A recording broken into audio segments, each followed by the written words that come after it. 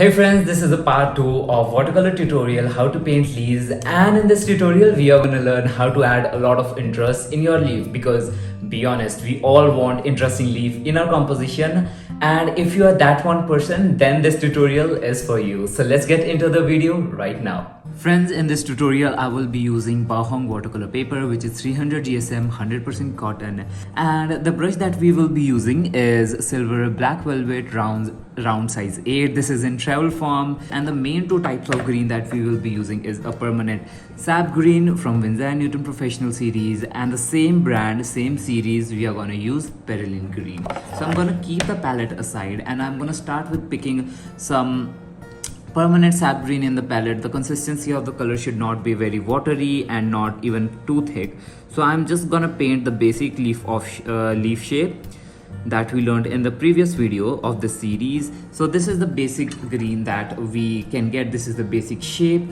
And now if I want to create some interest into this painting, what I can do is I can take some of the perylene green, which is a darker shade of green, and I can just get a really watery consistency, and now I can just go and drop that green color not everywhere in this petal. Maybe sometimes I just do it on the top of the petal and at the bottom of the petal, so it will just give you a really nice like gradient effect that watercolor just naturally creates. And this is one of my favorite effect that you can create.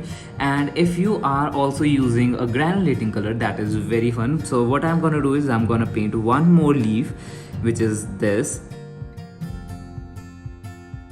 I'm gonna give a stem here, and now if I'm using a granulating green color especially, I'm gonna pick up that granulating green color and I'm just gonna drop it here, and it's gonna dry very beautifully because I can just see the granulation effect just happening over, not exactly here, this is the effect due to the paper, but you are gonna see a very nice and beautiful granulating effect happening in this leaf.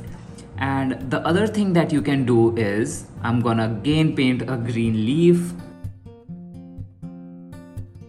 So this is my leaf that I just painted, reshaping it, giving it a stem. So this is the green, and now what I can do is we are not only just bounded with the green color, we can use n number of colors.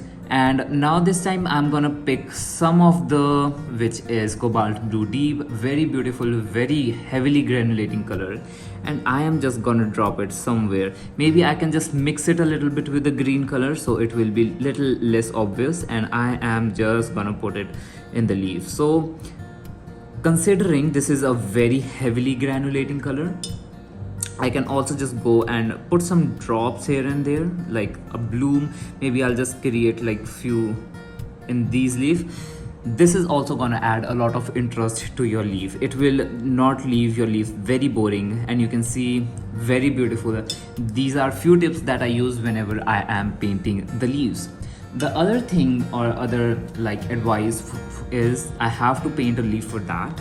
So this is the leaf that we are gonna be painting. This is the basic shape again, once again, very basic shape and stem. What I can do is I am gonna use a semi-sharp object. For now I'm gonna use the back side of my brush. You can use any semi-sharp object, it should not be very sharp. And now I am just gonna scratch the paper when the paper is wet, and I am just gonna paint few veins, 1 2 3 4 5 and 6. That's it. And now if you are gonna see closely, you can see the scratched vein are just kind of popping out, and when it's gonna dry, it's gonna pop out even more in a nice and a better way. And also there can be another case when we are just scratching the paper, but this time the consistency of the leaf, the paint that I am picking is very thick. So this is the consistency, very thick, directly from the pan. I guess it can be even more thicker. So I'm gonna pick a very thick consistency of the paint, so you can see.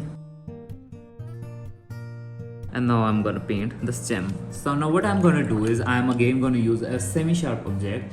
Currently I'm not using a very good semi-sharp object, so what I'm gonna do is I'm gonna use a backside of a pen that is lying around, and now I am gonna scratch the vein. So you can see this time when I'm using thick consistency of the color, I can come up with white veins instead of the dark vein which we come up with in this leaf.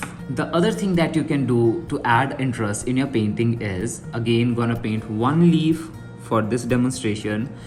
The consistency of water is again not very watery, not very pigmented, something in between, because we have to show something. And now I am gonna add a little bit of green on the top and the bottom. And now I'm gonna take very thick consistency of a perylene green. So for achieving that, what I'm gonna do is I am gonna rub my brush onto the napkin so all the extra water is absorbed. And now I am gonna pick the perylene green, which is very thick consistency, directly from the pan, so you can see, and you can rub it in the palette so that you can see. In case you don't want to paint these kind of veins, what you can do is you can paint it using this technique. So what having a thick consistency does, that water will just stay in the position, and so you can do something like this. But I will recommend you not to paint a lot of veins. The number of veins should be very limited, basically 1 in the center, 2, 3 and 3 on the other side. So this should be the number of veins that you should be painting when you are painting the veins in the leaf. And these are kind of tricks which I use whenever I have to add a lot of interest in the leaf of my composition.